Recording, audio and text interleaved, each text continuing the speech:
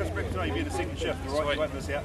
Instead of working, you're going to watch the aeroplanes. This is the commentary director. Fair enough.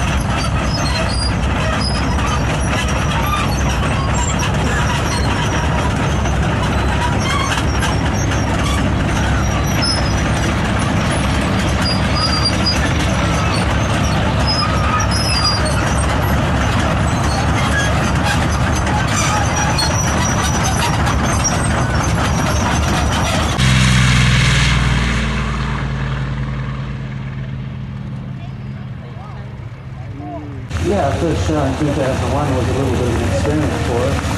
We had three different people who very nicely brought World War I airplanes to the field. One was based here, in fact two were based here. One made its first public appearance here, and that was the plan. We hoped for one or two more, but in the end we decided to bring one into the United States, which was the first global virtual flight, and that was a unique occasion. The Bristol was the first aircraft Australian into the wind was the first aircraft to form a part of what was to become Qantas. Extremely special to us. It is an original. It's an aircraft. It's one of 5 of its type. Existed for many years in a storage. Eventually brought to New Zealand and only just recently completed after what's been a monumental restoration. And the engine, of course, is the only one of its type flying in an aircraft in the world at the moment. And that engine, also produced by the Royal Aircraft Factory, is an RAF-1A. Very quiet, very, very silent engine. Almost the stealth technology of the day, you might think. These aircraft were used initially as the B-2C. Quite a big airplane for just 90 horsepower. It is, just looking at it on the ground when I arrived on Thursday afternoon. It's a very tall airplane. The aircraft, of course, represents the mouth of, as I say, this is an original, one of 5 originals in the world, the only one flying, a very, very significant airplane, the only RF-1A engine operating in an aircraft in the world at the moment. So a huge privilege to see the B-2 here today.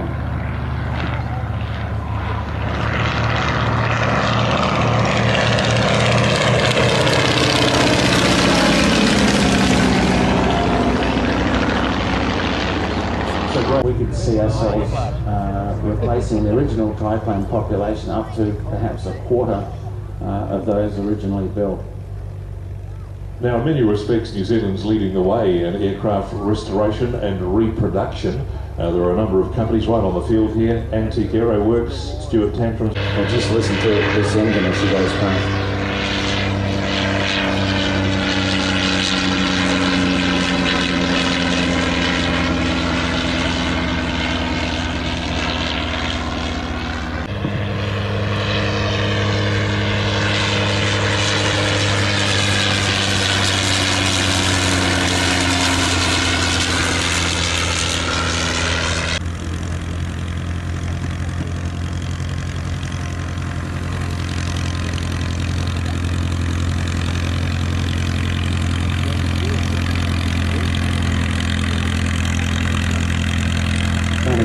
the cargo blockade, you know, defence, touching down on Omaka 1030.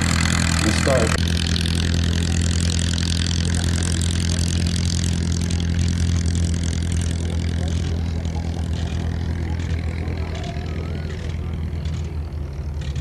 I don't have to say that very early aero engines don't sound a whole lot like later aero engines. So that blipping that's happening, what's the story there? That'll be Stuart managing well, it's actually called the blip switch. As we were discussing yesterday, these early airplanes didn't have.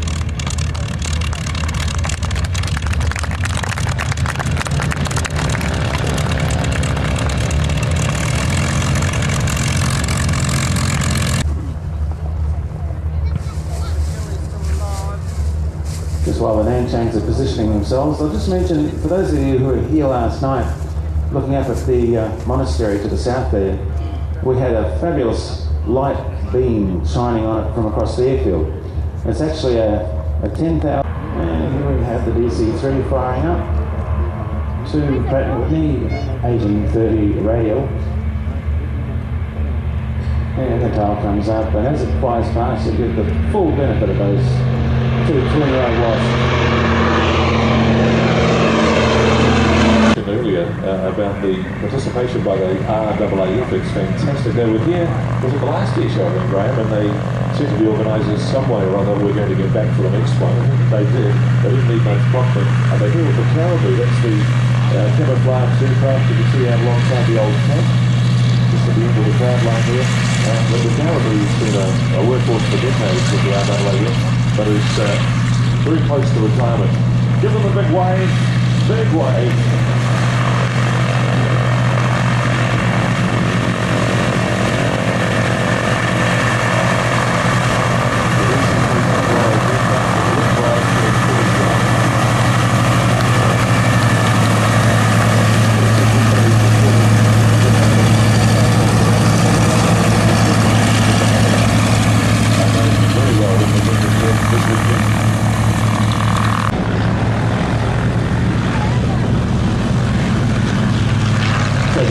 Those are in succession. The orange one is the Foxtrot. It's about a 5-seater. It has, as they advance to the far end of the field to assume the position for the start of their attack. New Zealand mounted rifles involvement in Palestine was fairly extensive through World War I. New Zealand has made a huge contribution.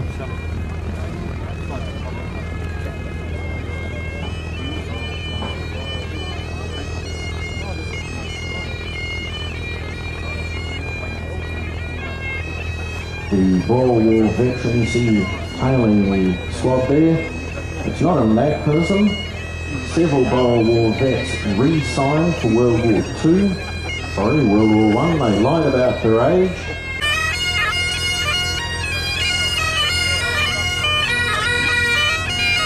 and just from the left we have the two Nanshangs that are chosen to land on 07, rolled out, and they're taxiing back to Park Road. You might want to give them a little wave or a little touch. Those go taxi home.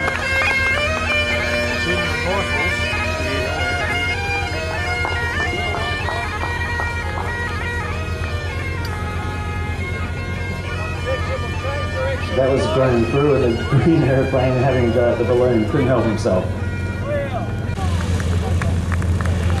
As these lovely Nanshangs taxi past, get back to their parking area. I'll get you to turn your head to the right and witness this unusual display. Some very special old airplanes from the 1930s with the handling throughout. Things like the Gypsy Moth, the Fox Moth that just went past, and even the Dragon airliner had folding wings. This eventually was done away with as hangars were built and airfields were developed to a higher standard.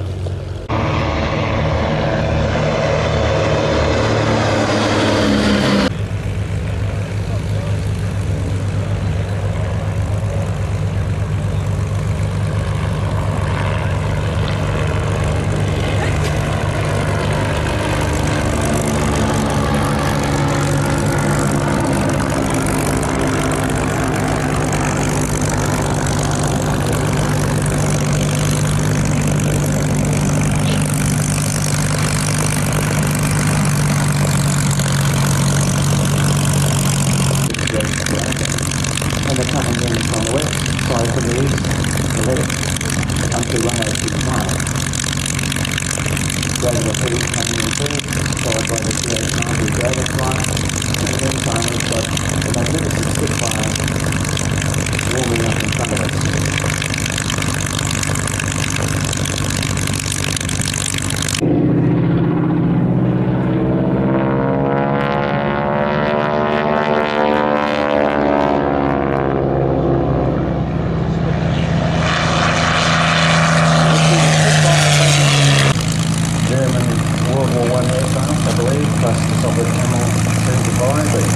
Leading the charge, we have the red pocket triplane, tail up in the air on the track, followed by the second triplane with the blue barrel, with a monitored airplane.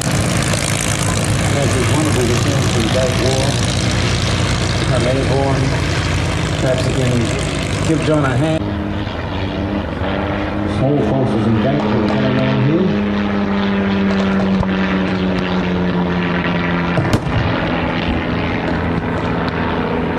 Just keeping the German gunners pinned down. There is from the triplane.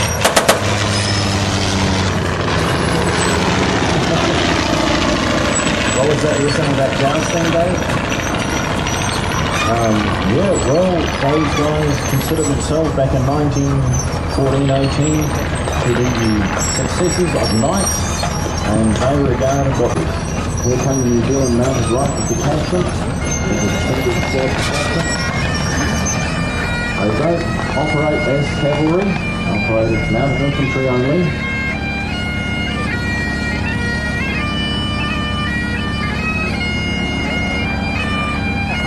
Employed extensively in Palestine. They didn't particularly enjoy operating with their Australian counterparts, who they felt abandoned them in exposed positions too often. Was even more fun than the cavalry. There we go. We have two Omaka taxing the camel down the cloud line, giving a big cheer, big wave. We've seen it many times in a number of countries. If anyone ever knew how to fly a camel, he's the man. There's more camel product of the Fokker company, and another design with the very talented Reinhold Platz. Interesting that Hermann Göring again was leading Baron von Richthofen's the Red Baron squadron at the end of the war, and when they were ordered to fly their D-7s over into Allied lines and land on Allied airfields, he complied with orders but told his pilots that once they had landed they were to slew the machines, smash the undercarriage and destroy the aircraft, which they did. He wasn't going to have them falling.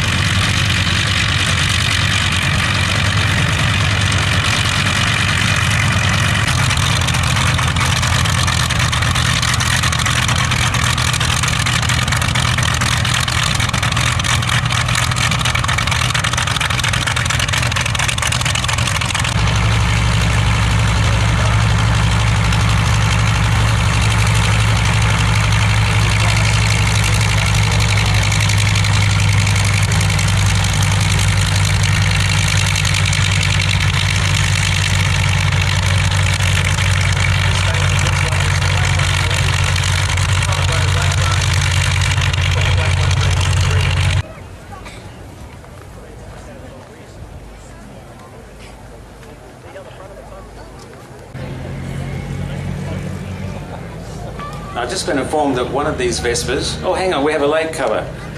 Late comer missed the flight. Couldn't fit the sidecar into the Bristol freighter. And one of the crew members who isn't wearing a helmet has previously displayed here, first in the red checkers and since then as...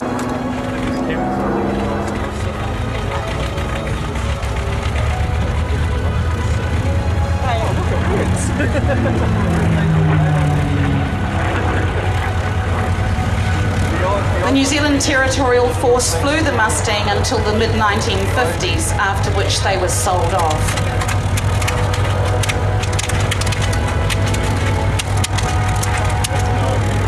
The music's called Cadillac of the Skies, and of course that's how the P-51 Mustang is known.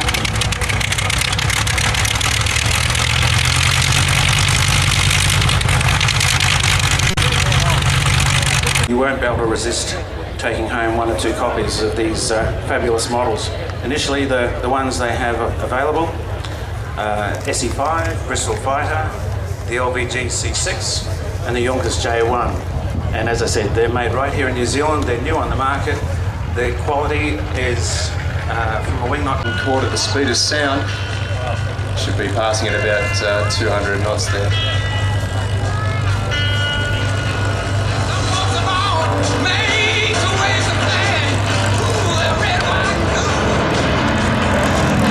Imagine 38 Squadron without these aircraft. They have such a long and very, very proud history with the squadron and with the Royal Australian Air Force, going all the way back to Vietnam and before. Fabulous aeroplane. You're going to miss them.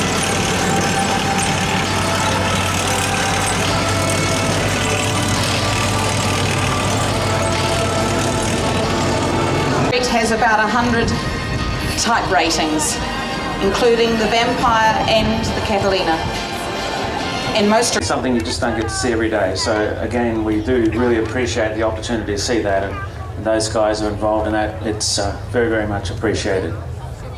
And here's the MU-108, just arrived.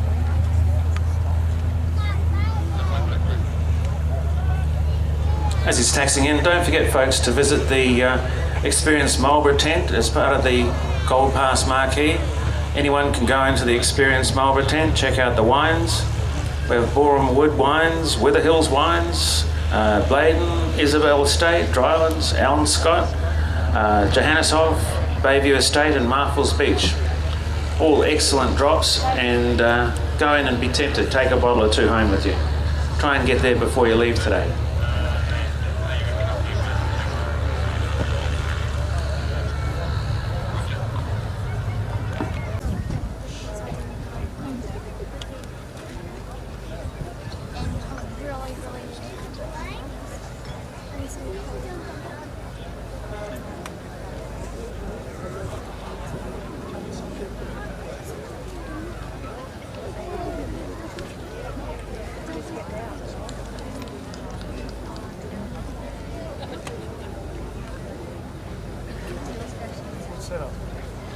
Does indeed appear as though we have a special guest aboard this aircraft.